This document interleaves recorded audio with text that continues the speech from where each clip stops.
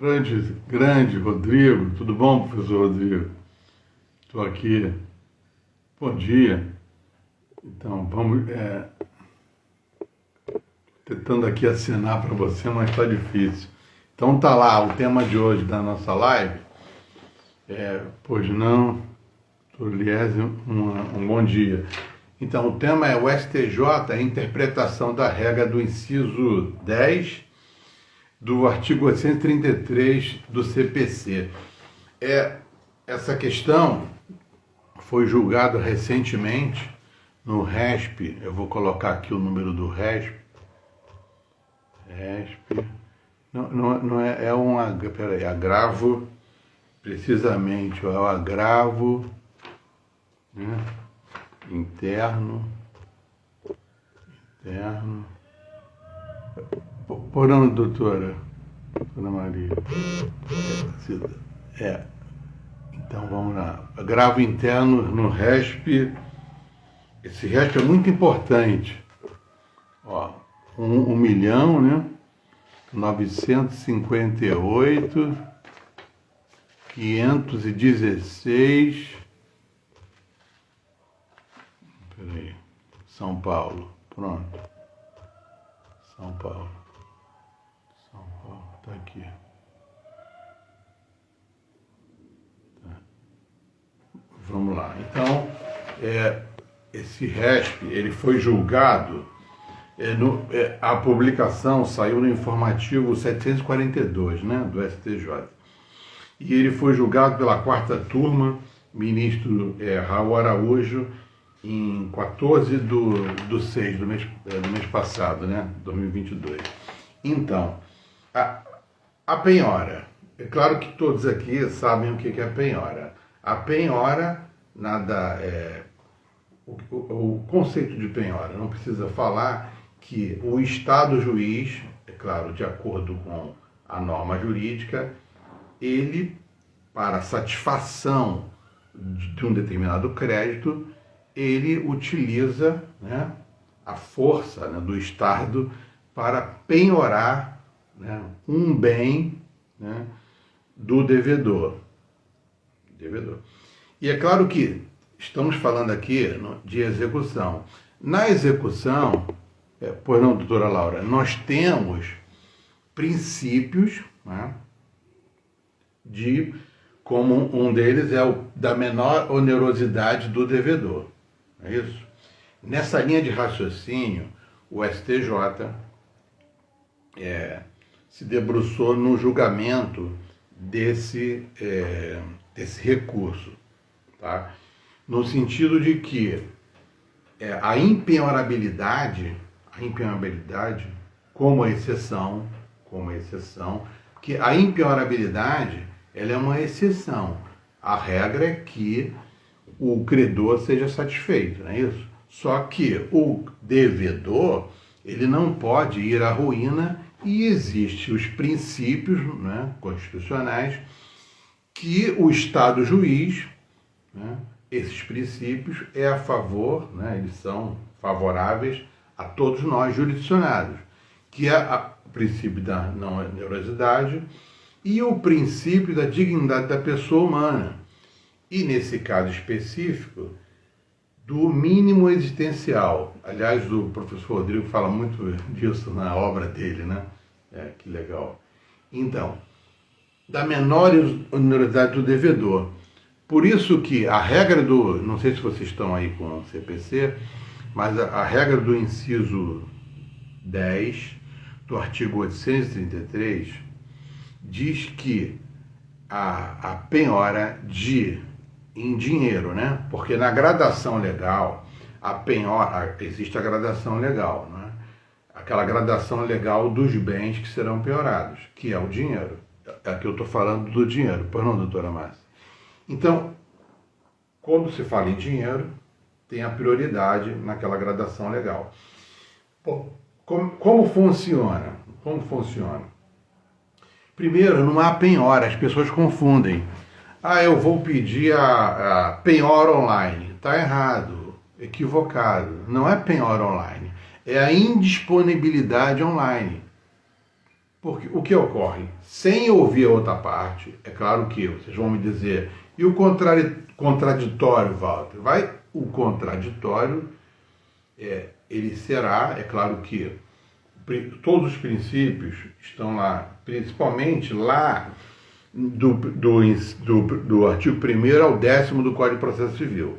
No artigo 10º, é claro que a questão do contraditório, o juízo, né? O juízo de direito, a cada momento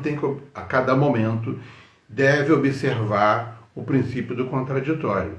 Mas nesse caso aqui, quando o credor pede, né, pede a penhora online, na verdade ele está pedindo a indisponibilidade de quantia nas contas correntes, inclusive aplicações financeiras, do devedor, correto? Essa regra do inciso 10º, por isso que eu queria que vocês assistissem essa live, eu não vou me alongar muito. Qual a importância? A importância é que a regra do inciso 10 fala da impenhorabilidade de quantia depositada em caderneta de poupança de até 40 salários mínimos. Não é isso? Eu não fiz o cálculo, se alguém tiver uma calculadora, o salário mínimo, R$ 1.100, não é isso? Esses valores, vocês vão dizer, poxa, mas eu não posso, eu tenho um crédito, eu não posso penhorar 20 mil? Não pode. Porque porque foi estipulado, nós temos que ter o quê? Segurança jurídica e confiança legítima, sempre. Foi estipulado pela norma jurídica, né, no nosso ordenamento jurídico, que até 40 salários mínimos em caderneta de poupança, ela não pode ser penhorada, é impenhorável. A senhora me dizer, mas como não? O juízo, com uma senha, não é isso? O juízo, penhora. Não, ele não penhora, ele remete à instituição financeira uma ordem para bloquear e tornar aquele valor indisponível. É assim que acontece. Porque senão não haveria razão de ter a regra da indisponibilidade online. Por quê? Se o juiz avisar a outra parte, entre aspas, contraditória, que o contraditório não é isso, a parte, o devedor, né, no caso, retira o valor e coloca no bolso, não sei se ele conseguir tirar, ou transfere o valor para uma outra conta de um outro CPF, de uma outra pessoa, não é? Pode ser ser caracterizado como fraude de execução, mas ele pode fazer isso, não é isso? É o dinheiro dele, né? E a regra, a indisponibilidade, é que nesse caso ela é afastada pelo princípio da dignidade da pessoa humana e pelo mínimo existencial. Por isso que se fala em caderneta de poupança, só que nem todo mundo, as pessoas hoje não utilizam mais a caderneta de poupança, não é isso? Porque o devedor não pode ter aquele valor para pelo menos ele ter aquela correção monetária, né? Aquele valor, é claro que é menos que a inflação, né? Numa poupança, ou porque numa aplicação financeira. E esse julgado aqui, esse RESP, que 1.958.516 de São Paulo, entendeu que, além da regra, porque a regra diz lá, ó,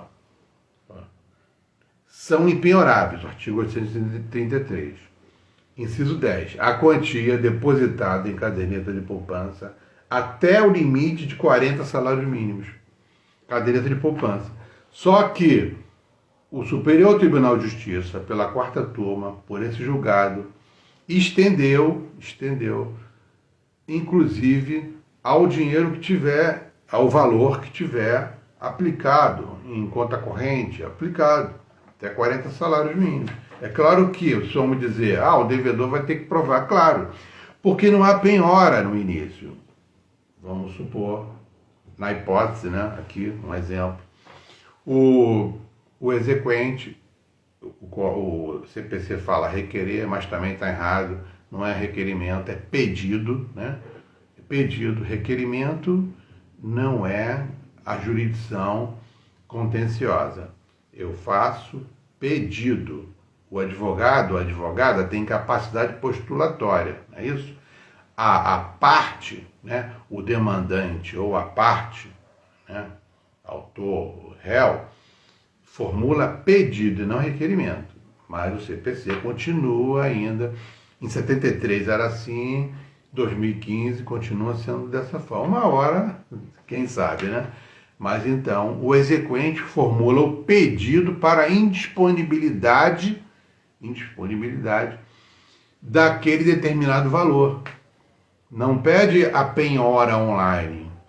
Poxa, Walter, mas o código fala penhora online. Não, pode falar, o Walter falou, pode falar que não é penhora online, é indisponibilidade online. Pode até colocar indisponibilidade / penhora, porque não é penhora, é indisponibilidade. Sem ouvir a outra parte. É a regra aqui, ó. Olha aqui, ó. Eu separei aqui, ó.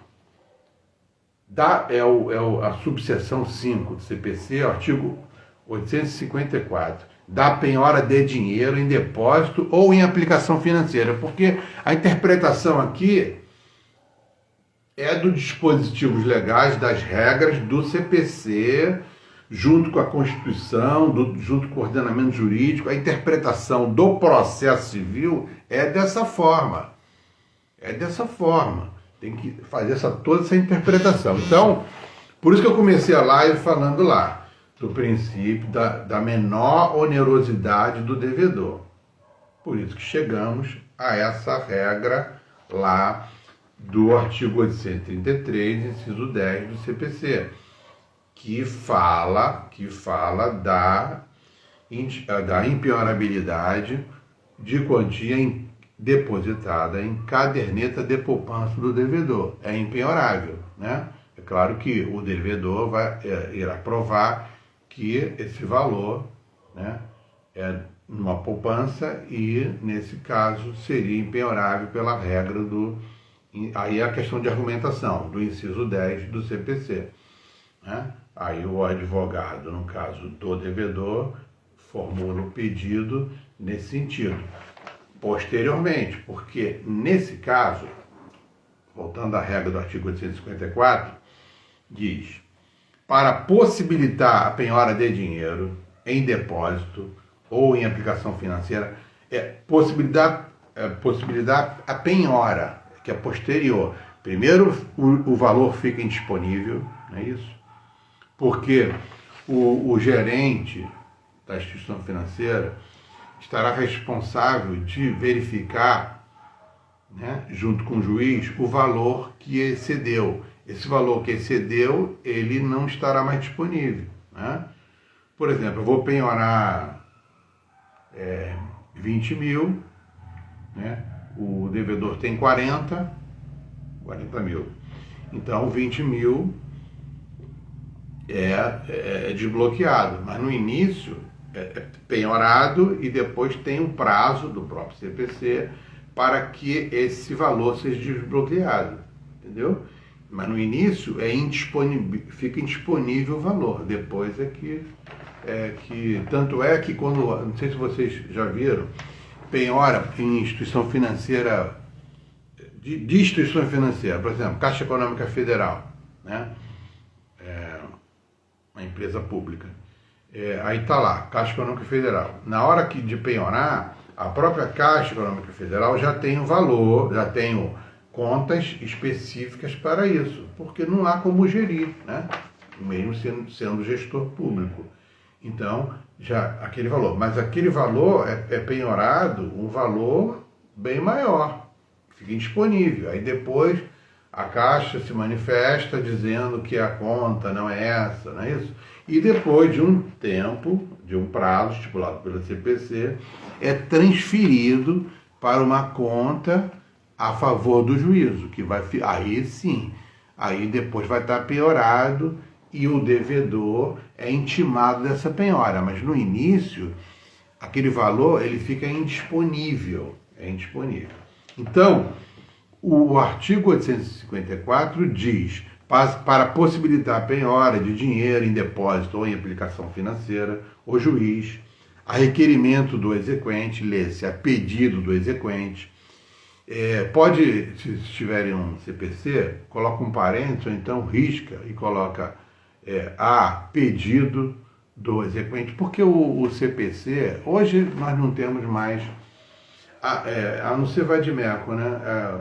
Porque os códigos, eu sempre riscava, eu pedia que os alunos riscassem e colocassem o que seria, ou então entre parênteses, né? Eu risco, eu procuro imprimir, tá vendo? Aqui, ó, eu imprimo, né, do site do Planalto, imprimo e risco, eu vou riscando, assim que eu procuro estudar, né? Então, tá lá escrito, a requerimento, né, a pedido do exequente, sem dar ciência prévia do ato ao executado. Esse ato de indisponibilizar não terá ciência. Claro que num procedimento eletrônico, né, o advogado, o devedor, o advogado do devedor irá verificar, né, que tem, olha, foi pedida penhora, né? Pedida penhora, ou então o próprio devedor. Se for o sujeito de má fé, ele vai retirar o valor, né? Agora, se o juízo der, bom, eu vou lá, faço um pedido, eu, o advogado do exequente, né, faço o pedido pelo exequente para que disponibilize uma determinada quantia online. E daí o juízo, ele, pela regra, não pode dar prévia ciência ao executado, correto? E daí o valor fica indisponível. Aí na sequência, aquele prazo que eu falei, ó, gerido pela autoridade financeira, que torne indisponíveis ativos financeiros, existente em nome do executado. Todos os ativos, aplicação, poupança, o que tiver, limitando-se a indisponibilidade ao valor indicado na execução. Execução de 20 mil limita 20 mil, porque o juízo é responsável, a instituição financeira é responsável por isso tudo, pela essa operação. No prazo de... Aí o parágrafo primeiro diz, no prazo de 24 horas, a contar da resposta de ofício, o juiz, né, determinará o cancelamento de eventual disponibilidade excessiva, o que deverá ser cumprido pela instituição financeira em igual prazo, também em 24 horas, correto? Então, tornados indisponíveis os ativos financeiros do executado, ele será intimado na pessoa do seu advogado, o advogado que é intimado, né, não o tendo pessoalmente. Se não tiver advogado, pessoalmente. Então, por isso que eu digo, a interpretação é de forma global do Código de Processo Civil. O CPC do artigo 854 fala que irá tornar indisponível, né, ativos financeiros do devedor. E a regra do artigo 833.10 diz que é impenhorável somente o que for poupança, correto? Então, o devedor pode ter uma poupança de até 40 salários mínimos, correto? Nesse julgado aqui, nesse RESP 1.958.516 de São Paulo, a interpretação ela foi extensiva ao inciso 10, né? Se vocês forem ver, na regra do artigo 833, não tem. O que tem no inciso 10 é a quantia depositada, que será impenhorável, em cadeias de poupança. Só que a regra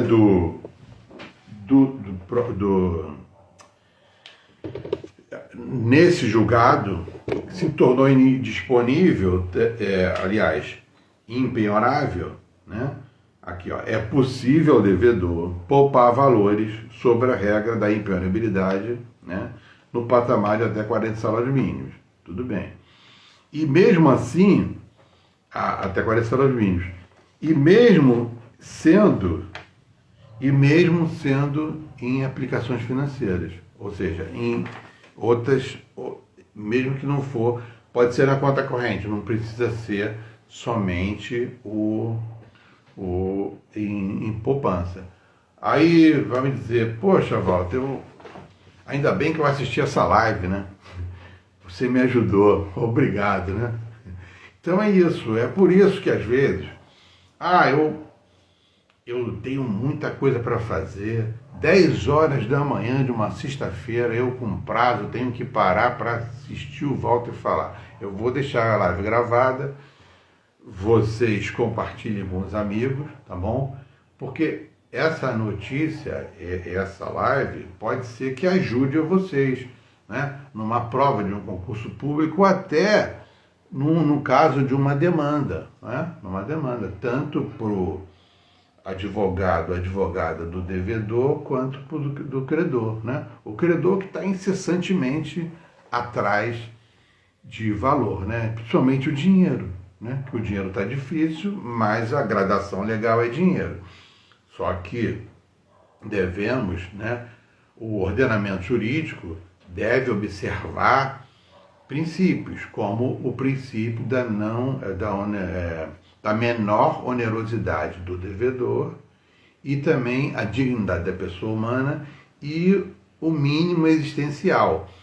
Porque a razão dessa regra do inciso 10 é que o devedor precisa do mínimo existencial que foi estipulado pela norma jurídica, né? Pela ciência do direito, como sendo até 40 salários mínimos. Então é por isso que nós temos lá a regra do inciso 10, que, pois não, doutora Mariângela, prazer tê-la aqui.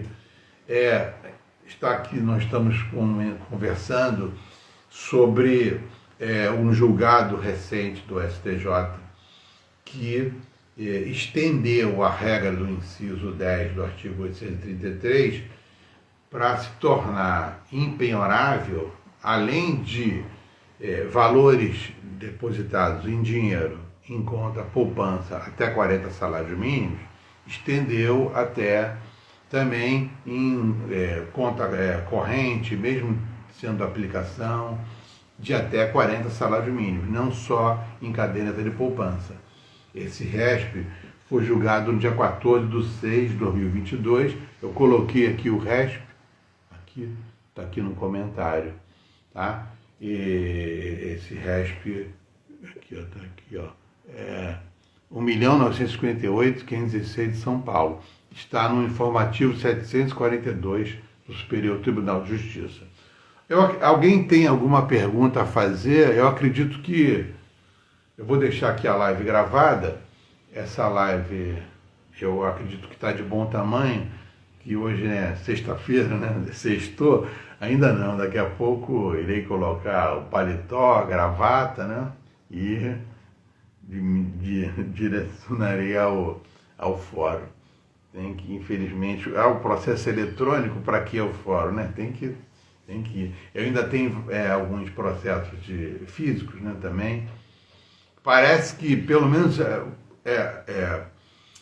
o Conselho Nacional de Justiça determinou, né, que os tribunais digitalizassem todos os processos. Só que, eu não sei, até agora, parece que, pelo menos aqui no Rio de Janeiro, no estado do Rio de Janeiro, prometeram que iriam digitalizar até o final do ano, né? Mas, por enquanto, ainda temos processo de papel.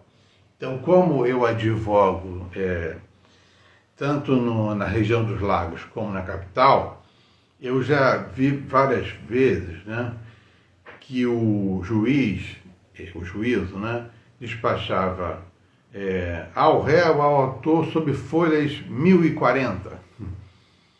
1040. Como? Eu precisava, né, fazer uma viagem para verificar o que era aquela folha 1040. Aí é tudo de papel, as fichas eram guardadas numa caixa de sapato, né? Antigamente o sapato vinha dentro de umas caixas. Acho que hoje não vem mais, né? E as pessoas utilizavam aquelas fichinhas, né? Os escreventes, os serventuários, para guardar os andamentos, né? Então informava, folha 1040 foi isso e tal. Aí eu saía daqui. Ou então, às vezes, até ia para Brasília, lá para o Superior Tribunal de Justiça, com umas bolsas, né, para levar a memorial, né, aquele resumo do processo antes de uma sustentação oral, né, isso, antes de um julgamento. Surreal. E hoje estamos aqui conectados, né, na rede social, e que mesmo assim as pessoas ainda relutam, né, por aproveitar, até nós do direito, de aproveitar a rede social. Muitos já saíram, né? Repara que poucas são as lives, as pessoas parecem que estão cansadas. E eu estou aqui, eu fiz agora no dia 10 de julho 2 anos com esse perfil e pretendo continuar. As lives serão todas as semanas. Eu não sei, me parece que não tem ninguém aqui da região dos Lagos. Tinha, né? Sim, doutor Eliezer, né? Já não sei se ainda está aí. E aqui sai no Instagram, as pessoas voltam e não sei se, que não é em tempo real, né? Claro que não estamos ainda no 5G, né? Nem no metaverso. Demora um pouquinho e com o 5G irá melhorar. Então eu acredito que tenhamos que aproveitar, né, do direito essa rede social para compartilharmos um pouco de conhecimento. Como eu sempre digo, o conhecimento não me pertence, não pertence a ninguém. Quem acha que o conhecimento... Eu acredito que não. Eu entendo, pelo menos no meu entender, o pouco que eu aprendo não me pertence. Eu preciso propagar. Enquanto eu não converso, às vezes eu não estou fazendo live, eu não tenho ninguém do direito, eu até por não aqui ser chato para falar de direito, ao jeito de estar conversando comigo, eu procuro propagar, não é isso? É claro, de uma forma não tão juridiquês, né, quando as pessoas falam juridiquês, mas de uma forma a propagar o pouco que se aprende, porque as pessoas vão aprendendo um com o outro, né?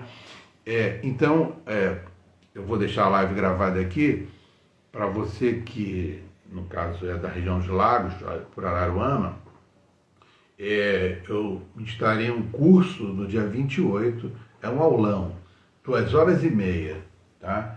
Começa dia 28, às 6 horas, até 20h30, né? Então, as pessoas, né, é claro que cansadas, mas vocês que assistiram a live aqui ao vivo e que assistiram aqui até o final e a gravação, e espero que vocês participem e conto com vocês na OAB Araruama no dia 28/7 desse mês, tá? Às 18 horas as inscrições serão realizadas diretamente com a OAB Araruama, tá? O curso será presencial, né? Esse curso é presencial, então eu conto com a participação de vocês. E muito obrigado para vocês todos que estiveram aqui, tá? Que passaram por aqui, ainda estão aí. Eu vou deixar a live gravada. Muito obrigado e qualquer coisa pode me falar por aqui, pelo direct. E na próxima sexta-feira, pretendo fazer uma live nesse mesmo horário. E a partir de agosto, as lives de quarta-feira, quinta-feira à noite, elas retornarão. Um grande abraço e até lá, e um bom final de semana a todos. E o trabalho continua. Sigamos!